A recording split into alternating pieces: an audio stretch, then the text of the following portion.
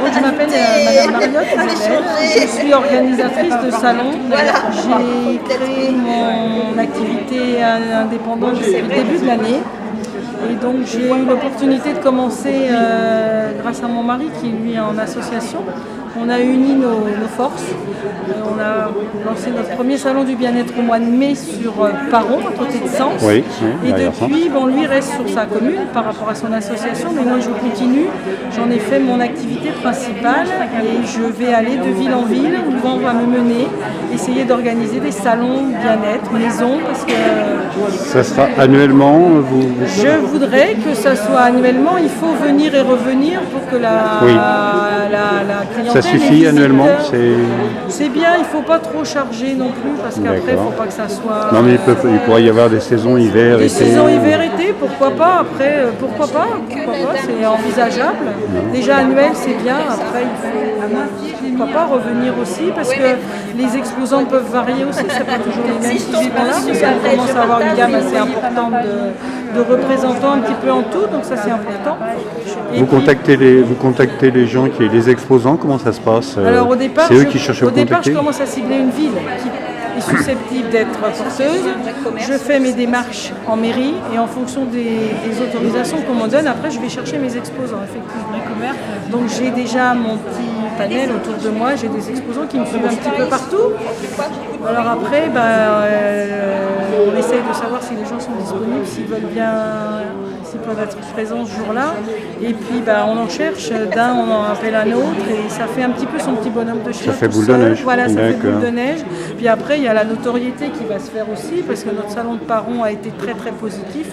On en a des retours, beaucoup les salons, les retours c'est après coup que ça vient, c'est pas toujours tout de suite sur le moment venu. Et puis après, ce qui est important dans les salons, donc c'est les gens qu'on y rencontre, les visiteurs, mais c'est les gens qui sont là aussi ici, qui sont porteurs de beaucoup de choses. Il y a beaucoup d'échanges entre les exposants et ça c'est important. Pour nous les organisateurs, ça reste très important. On a un exemple avec la dame. Qu'est-ce qui se passe? Ah, c'est moi? Excusez-moi. On a un exemple avec la dame qui justement est de Bray. Oui. On est passé devant son installation dans la grande rue. Mais bon, c'est la première fois qu'on a l'occasion de vraiment la rencontrer, quoi. Sinon, il faut aller vous allez la revoir. En tout cas, je vous remercie bien. Je vous en prie. Voilà, alors, on était donc au salon du bien-être, à Bray-sur-Seine. Le bien-être chez soi, il y a de la maison aussi, il y a tout un tas de choses. Et si vous êtes, sur le département de Seine-et-Marne, moi je suis très intéressée parce que dans un mois, je vais sur Montreux. Donc là, Montreux, ça va être un gros chantier parce que j'ai au moins une salle dans laquelle je peux facilement intégrer une cinquantaine d'exposants. Vous serez où, dans Montreux, dans le centre de Montreux, vers le marché? Oui, à la salle Semi-Sorof, à côté de la médiathèque. La grande ah salle, oui, d'accord. côté Naudet. Oui, d'accord. Donc, vers le parc des Nous, voilà, ça sera vraiment que du bien-être. Et j'envisage... Ça sera quand, ça?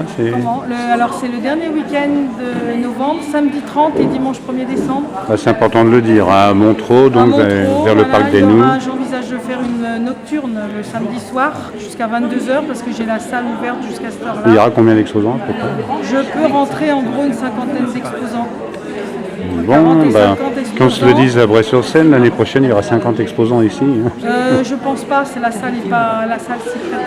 La salle ne s'y prête pas, oui, c'est ça. Après, il ne faut pas être trop pour que les gens puissent avoir leur intimité, un petit peu d'espace, bouger de chaque côté. C'est important pour l'exposant, pour le visiteur qui est là. C'est trop tassé, il faut que chacun ait un petit peu son petit point d'intimité.